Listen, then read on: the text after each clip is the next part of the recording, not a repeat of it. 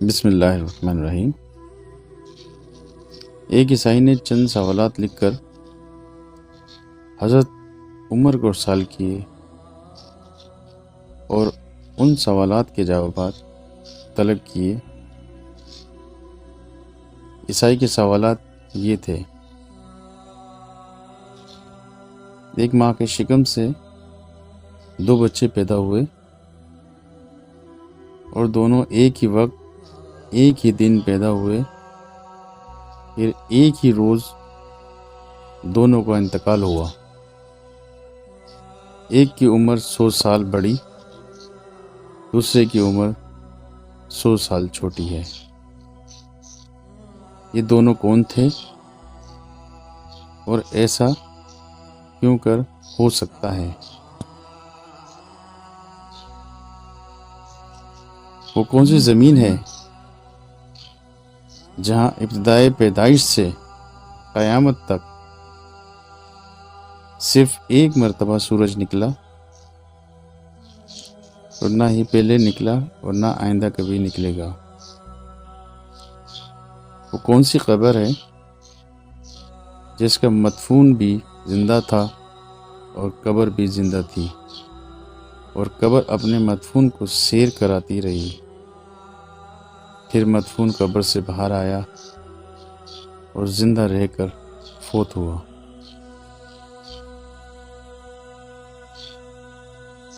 وہ کون سا قیدی ہے جس کی قید خانے میں سانس لینے کی اجازت نہیں اور بغیر سانس لیے زندہ ہے؟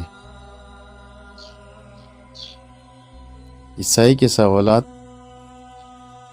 پڑھنے کے بعد حضرت عمر نے حضرت عبداللہ بن عباس کو بلایا اور فرمایا، ان سوالات کے جواب لکھ دو۔ تو حضرت عبداللہ بن عباس نے ان سوالات کے یہ جوابات تحریر فرمائے۔ وہ 2 بھائی جو ایک دن پیدا ہوئے، ایک ہی دن دونوں کی وفات ہوئی، پھر ایک بھائی 100 برس عمر میں چھوٹا، دوسرا 100 برس بڑا۔ یہ دونوں بھائی حضرت عزیز اور حضرت عزیر ہیں۔ دونوں ایک ہی دن ایک ماں سے پیدا ہوئے اور دونوں کی وفات کا دن بھی ایک ہے، لیکن درمیان میں خدا تعالیٰ نے اپنی قدرت کاملہ دکھانے کے لیے حضرت عزیر پر 100 سال تک موت طاری رہی، پھر 100 سال کے بعد زندہ ہو کر اپنے گھر گئے، پھر کچھ دن اور زندہ رہے، پھر دونوں بھائی ایک ہی روز فوت ہو گئے۔ اس لیے عزیر کی عمر 100 سال چھوٹی اور عزیز کی عمر 100 سال بڑی ہو گئی۔ وہ زمین جس پر ساری عمر میں ایک مرتبہ سورج نکلا اور نہ پہلے کبھی نکلا اور نہ ہی کبھی نکلے گا، وہ زمین دریائے کلزم کی تہ ہے جہاں فرعون غرق ہوا۔ نیز حضرت موسیٰ قوم کے ساتھ دریا پار کر گئے تھے۔ حضرت موسیٰ کے معجزے سے دریا خشک ہو گیا۔ دریا کی تہ کو سورج نے بحکم خدا بہت جلد خشک کر دیا۔ حضرت موسیٰ اپنی قوم کے ساتھ دریا پار کر گئے اور فرعون غرق ہو گیا۔